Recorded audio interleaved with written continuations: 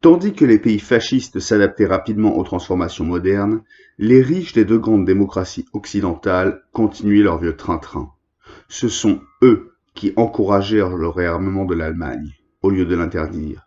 Plus d'un industriel français a osé dire « plutôt Hitler que Blum », tandis que Lord Rothermere déclarait « ces jeunes nazis vigoureux sont les sauveteurs de l'Europe ». La Seconde Guerre mondiale ne peut se terminer que par une nouvelle révolution, de même que la révolution russe a été le tournant décisif de la première. Ces révolutions, conformément à l'esprit du temps, ne seront pas nationales, mais sociales. En opposition totale avec la théorie de la race, les révolutions des années à venir ne joueront pas sur des questions de province et de frontières et de répartition de matières premières. Il s'agira de revendications sociales. Le thème aura changé du tout. L'aspiration de tout citoyen à une existence supportable sera la loi de tous les pays. Qu'on n'aille pas se figurer une nouvelle Sainte Alliance, avec retour des anciens détenteurs du pouvoir, comme après la chute de Napoléon. Aucun nouveau Talleyrand ne ressuscitera le passé. La seule chose à laquelle aspirent les peuples naguère assujettis, c'est la liberté. Quant aux classes déshéritées, elles se feront protéger contre la détresse par l'État, et si l'État s'y refuse, elles instaureront le communisme. Un soir d'automne, sur la terrasse du château de Heidelberg, un vieillard contemple à ses pieds la vallée. Derrière lui se dresse, dans le ciel crépusculaire, la ruine rougeâtre du château, chef-d'œuvre de l'architecture allemande, qui fut détruit par un conquérant français et que, depuis 300 ans, le lierre a envahi. Dans l'un des plus beaux sites de l'Allemagne, cette colline romantique s'élève comme un symbole des luttes franco-allemandes. Le vieillard au front puissant qui, comme tout bon Allemand, abrite dans son cœur un musicien et un philosophe, regarde d'un œil rêveur le Neckar, qui coule d'un flot joyeux sous les 3 arches du pont. Ici, le fleuve est large et paisible, alors qu'une lieue plus haut, il avait encore à se frayer un chemin à travers les rochers, à l'image de cette Allemagne qui se transforme, elle aussi.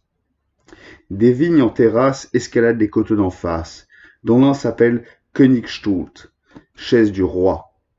À droite, à mi-hauteur, serpente le chemin des philosophes, et dans ces 2 noms, nous retrouvons encore les 2 Allemagnes.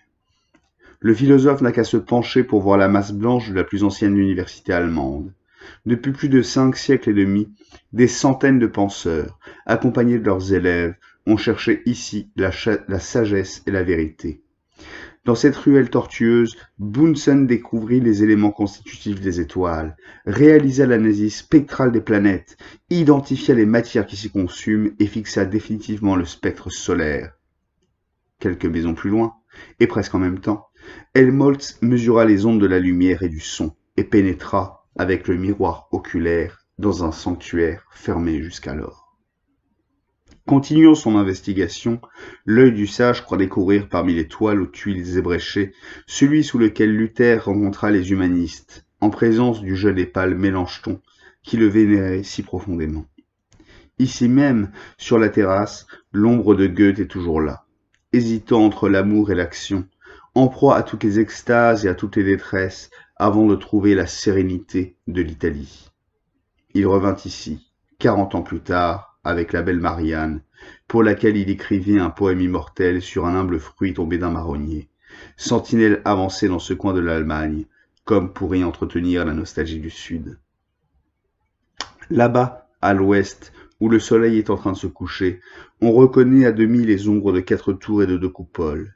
C'est la cathédrale de Spire, où sont enterrés les empereurs, dont toutes les aspirations étaient tournées vers l'Italie, vers le pays des marronniers. Et voici que le Rhin étincelle au loin, là où le Neckar se jette dans ses bras.